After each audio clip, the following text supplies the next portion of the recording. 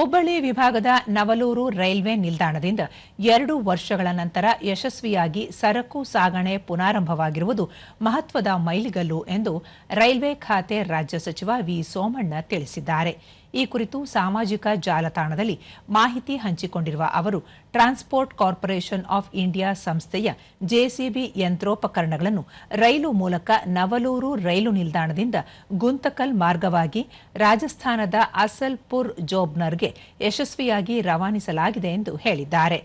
ಸಾಗಣೆಯಾದ ಸರಕಿನ ಒಟ್ಟು ತೂಕ 1,400 ಟನ್ ಇದ್ದು, ಇದರಿಂದ ಹುಬ್ಬಳ್ಳಿ ವಿಭಾಗಕ್ಕೆ 24,76,658 ರೂಪಾಯಿ ಸರಕು ಸಾಗಾಣಿಕೆ ಆದಾಯ ಬಂದಿದೆ.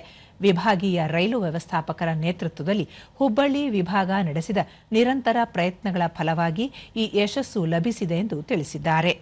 2026-27ರ ಆರ್ಥಿಕ ವರ್ಷದಲ್ಲಿ ನೈಋತ್ಯ ರೈಲ್ವೆಗೆ ಇದರಿಂದ ಸುಮಾರು 2.22 ಕೋಟಿ ಆದಾಯ ಬರುವ ನಿರೀಕ್ಷೆ ಇದೆ. ಈ ಕ್ರಮ ರೈಲ್ವೆಯ ಸರಕು ಸಾಗಣೆ ವ್ಯವಹಾರವನ್ನು ಬಲಪಡಿಸುವುದಲ್ಲದೆ ಗ್ರಾಹಕರ ವ್ಯಾಪ್ತಿಯನ್ನು ವಿಸ್ತರಿಸಲಿದೆ.